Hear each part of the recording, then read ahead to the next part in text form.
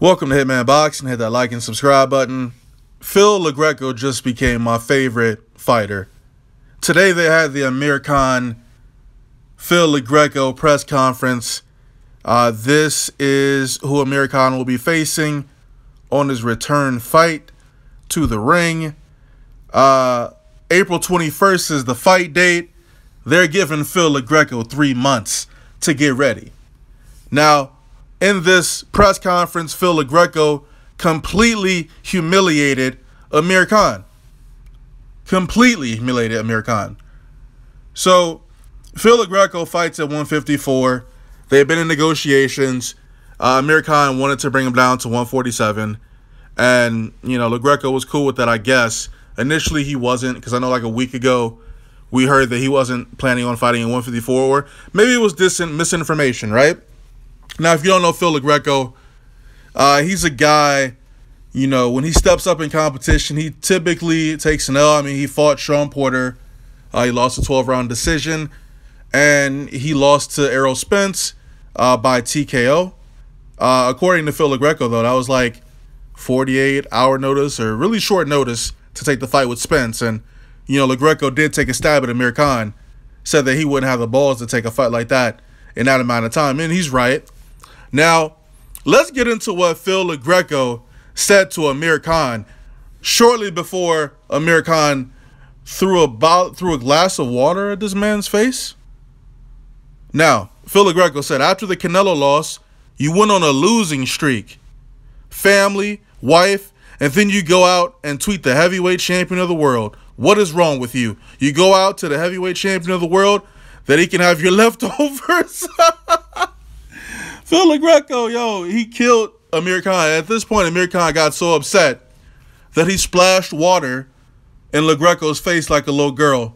I mean, when was the last time, if you're a dude, when was the last time you threw water in a man's face?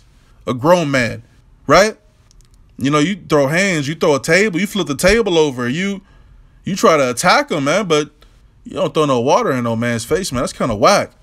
Now, Phil Greco also mentioned that, Amir Khan wants to be king at 147, but in terms of fighting, Sean Porter or Keith Thurman or Errol Spence, he stands no chance against any of those guys.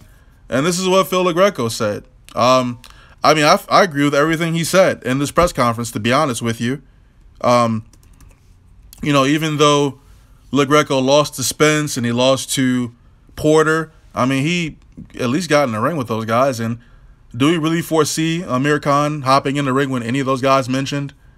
Greco was like, well, you should have fought me at 154 if you're preparing for a fight with Kell Brook. Which makes sense, right? If that's the end game, you fight at 154, 3 fights, you get your tune-up out the way, and you have one more fight, and then you fight Kell Brook at 154 to acclimate to the weight. Now, Amir Khan has already said in the past, he regretted moving up in weight to fight, Canelo Alvarez, but that's a no-brainer. Why would you, what was the point of that fight? Clearly, it was a money grab from Khan, and, he hasn't been in the ring since then. So, Phil Greco found a way to push Amir Khan's buttons and bringing up his family and the situation with Amir Khan's wife getting getting piped down by AJ, the Nigerian brother, and correct me if I'm wrong, but Amir Khan kind of brought all this stuff on himself. Like, he's the one who told the media about all this stuff. I don't think anyone else was talking about this but him. He went on, I think it was Instagram Live, and he was talking about how his wife was cheating on him and how she's unfaithful and a gold digger. This was all stuff that he projected to the media, and this isn't helping his boxing career. So Phil Greco, if I were him, matter of fact, Phil Greco, if you're listening to this video, holla at me like right now so we can do an interview, so we can talk Amir Khan. All you got to do is keep throwing him off his game by talking about his family. Clearly he's uncomfortable. Throw him off. We know what to expect from Amir Khan in the ring, right? We know his weak point. But if you get him off his rocker, if he's not able to train, if he's thinking about all these things you're saying about his family, then by all means, you definitely have a shot, man. And to be honest with you, I'm rooting for Phil Greco to win this fight. I hope Amir Khan gets knocked out. This will be the last weight class he needs to fight at and get knocked out in. This will derail any hopes of him fighting Kell Brook if he loses to Phil Greco. You know, we'll see where Amir Khan is. It's been what, 2 years since he's been in the ring. He's gonna have to make short work of Greco, man. But we've seen Greco. He can go 12 rounds with a tough opponent, but all it really takes is one shot to get rid of Amir Khan. That's it. It just takes one shot, man. But, you know, Amir Khan throwing water in the guy's face, you know, I thought that was a really strange tactic. But, I don't know. It should be an interesting fight, man. Well, again, I mean, there's a lot of people out there that dislike Khan. There's a lot of people out there that like Amir Khan. Well, there's one person out there that likes Amir Khan. It's Shady Slim, but we're not talking about him. Amir Khan, some of us have been looking forward to him returning to the ring. There was talk of him fighting, what was that? Adrian Broner. That fell through, or, you know, let's be serious. That fight probably wasn't going to happen. You know, Amir Khan seemingly is reinvigorated by signing with Eddie Hearn, and he's got fights coming up. So that's the good thing. If you're an Amir Khan fan, you get to see the guy fight soon. April 21st, I believe. Whatever. He's fighting at 147. You know, he's also mentioned that he wants to become a champion again, or he will become a champion again, but I don't see how he'll be champion again at 147 when the division is just too stacked. And I think any one of the champions will take a fight with Amir Khan because they know Amir Khan's weakness. Let me know what you thought of the Amir Khan Phil Greco press conference. Do you think what Phil Greco was saying was cool to say, or do you think he went too far by talking about Amir Khan's wife and his family problems? Personally, you know, I say hit your opponent with everything. You know, get them off their rockers as, you know, by any means. You know, that's what I'm thinking. By any means necessary to beat Amir Khan. It's going to be a tough fight for him because we know Amir Khan, I mean, he's a good fighter. It's just that chin is his weakness, you know. That's the only thing that stops him from achieving greatness. And, oh, yeah, Phil Greco said he got stomped by Danny Garcia, man. Phil Greco's a funny guy, and I want to hear more from Greco, man. I'm going to tweet him and see if I can get an interview with the guy because he's clearly very entertaining, and he needs to continue being entertaining. You got 3 months, man. You know, you got plenty of time to have the people rally around you or think that you're the villain, but I'm riding with Phil Greco. Let me know who you think wins this fight and why. And how did y'all feel about the press conference? I thought it was very entertaining until Amir Khan, you know, pulled his skirt up and started throwing water, man. Hitman boxing, I'm out.